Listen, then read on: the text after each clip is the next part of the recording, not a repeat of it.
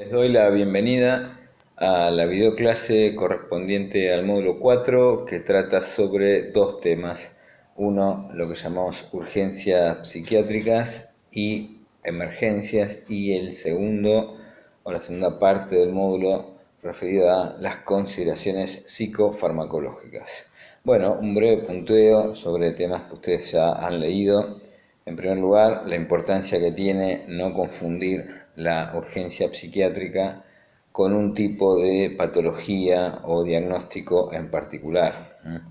Por eso convenimos nosotros, más que hablar de urgencia psiquiátrica, hablamos de urgencia en general, es decir, toda situación que requiere la inmediatez de la acción. Entonces, esto nos previene de dos cosas: cómo se juega en el campo del acompañamiento terapéutico las situaciones de urgencia o de emergencia.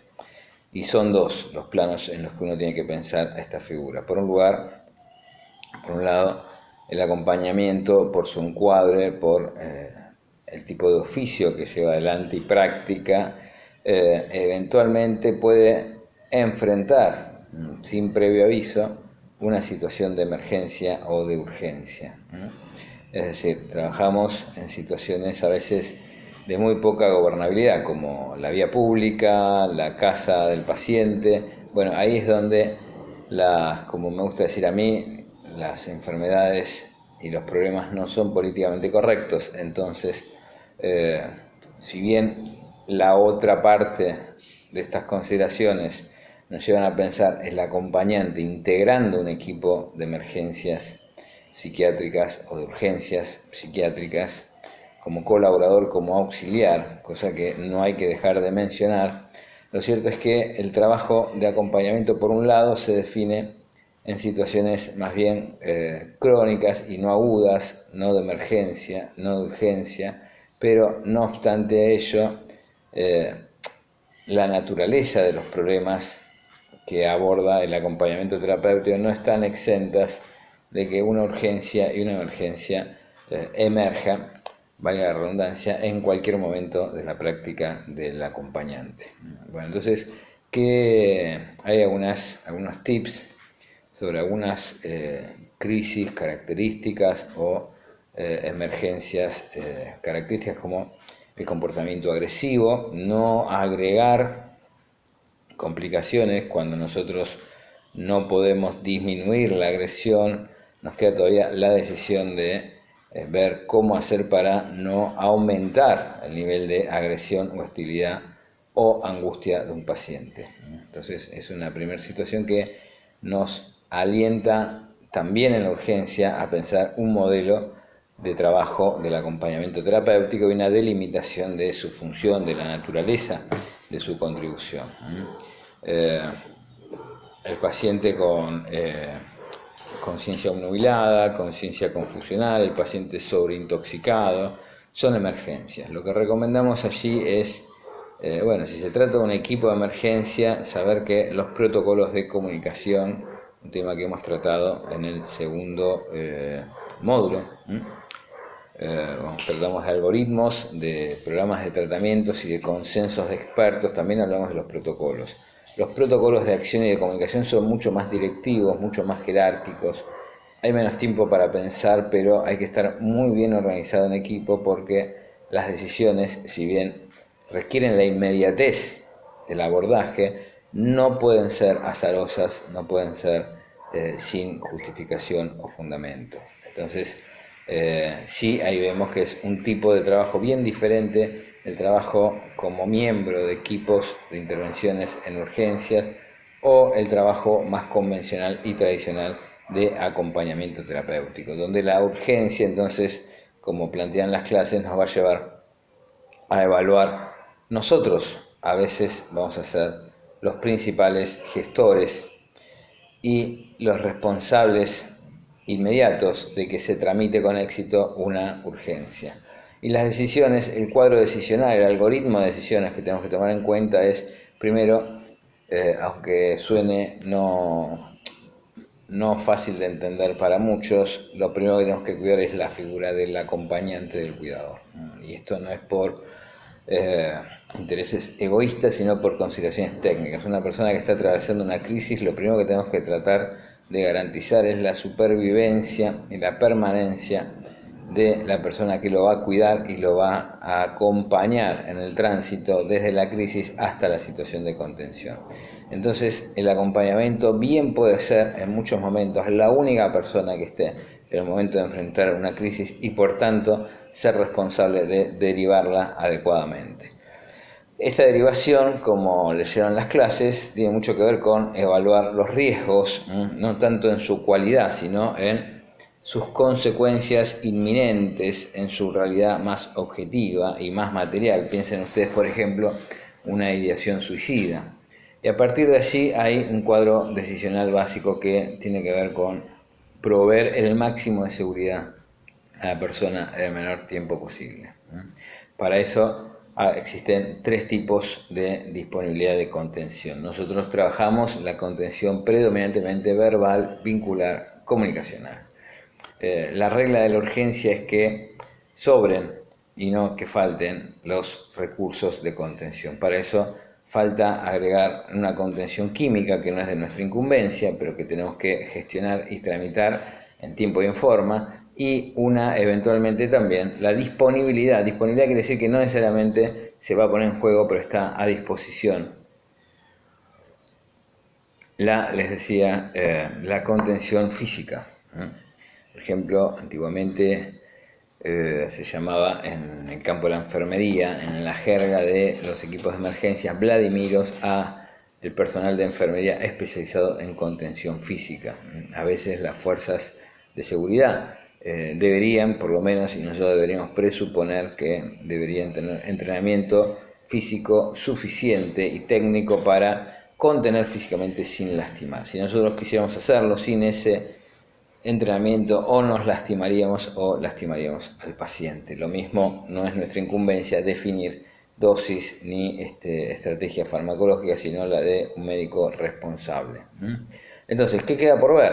Bueno, a ver, según el vínculo que estoy teniendo con el paciente, una semiología de su estado de conciencia, si escucha, si está consciente, si es receptivo, si estamos trabajando con él o contra él,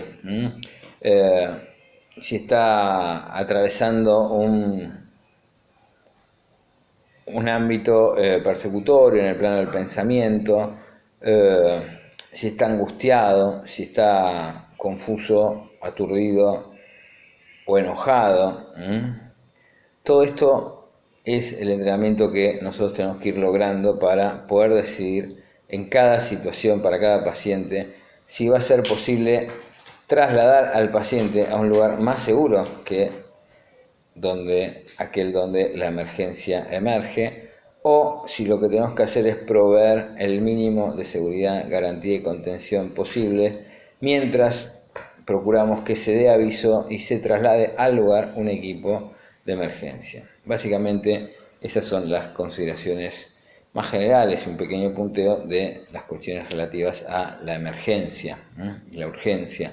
Respecto a la psicofarmacología, bueno, es un módulo que es introductorio a los módulos que vienen y que siguen, y para lo cual también vamos a organizarnos con videoclases, donde lo que queremos nosotros plantear es la necesidad de que los acompañantes terapéuticos tengan formación y profundicen cada vez más en las cuestiones relativas a la psicofarmacología, en particular la psicofarmacología, que tampoco son mucho más que 4 o 5 estrategias que tienen que ver principalmente con dos grandes campos, que son la activación en el sistema nervioso central o sus procesos de inhibición.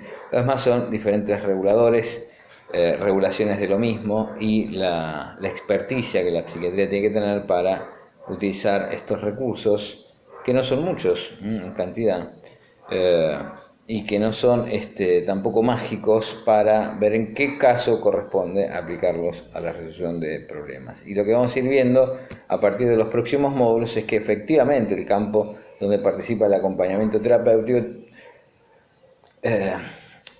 está acostumbrado a tratar con enfermedades que en gran cantidad de casos requiere necesariamente, no innecesariamente, sino necesariamente estrategias farmacológicas. Lo que corresponde plantear acá, bueno, además de incentivar este conocimiento, esta introducción, pero profundizar después, entender el debate y la importancia que tiene los acompañantes calificados en conocimientos psicofarmacológicos, que por supuesto no pasa ni por la prescripción de la sustancia, ni por el cálculo de dosis, ni siquiera por la organización del régimen de tratamiento farmacológico, es decir, cómo, cuándo y cómo monitorear esas condiciones, cómo observar los resultados o la ausencia de resultados o problemas colaterales,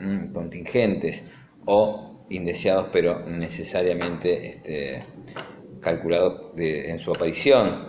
Entonces, ¿cuál es el lugar que le toca al acompañamiento terapéutico? Justamente la colaboración y el auxilio, a veces en la instrumentación de este régimen farmacológico, es decir, que el paciente tome las dosis, que siga quizás un horario que es el que es necesario, una dieta que es necesaria, condiciones en la vida cotidiana que pueden aumentar o disminuir la probabilidad de la absorción de la sustancia y por tanto influenciar en el principio activo sobre el sistema nervioso central. Y también, no les digo nada nuevo, hay una dimensión que trata el módulo en la psicofarmacología, que es todo lo que es el aspecto psicológico o emocional o sugestivo, que habitualmente se llama efecto placebo. No es menor, hay que conocer sobre psicofarmacología para dar este tipo de colaboración, porque la gran cantidad, imagínense ustedes, de los problemas que aparecen en el tratamiento o el régimen de tratamiento psicofarmacológico en el marco general de un programa de tratamiento integral de estas patologías, en general los problemas que aparecen tienen que ver con el monitoreo, el seguimiento que se puede hacer, el cumplimiento de este régimen de tratamiento farmacológico y su buena realización. Para eso hay un monto muy importante de una de nuestras funciones básicas, que es la psicoeducación.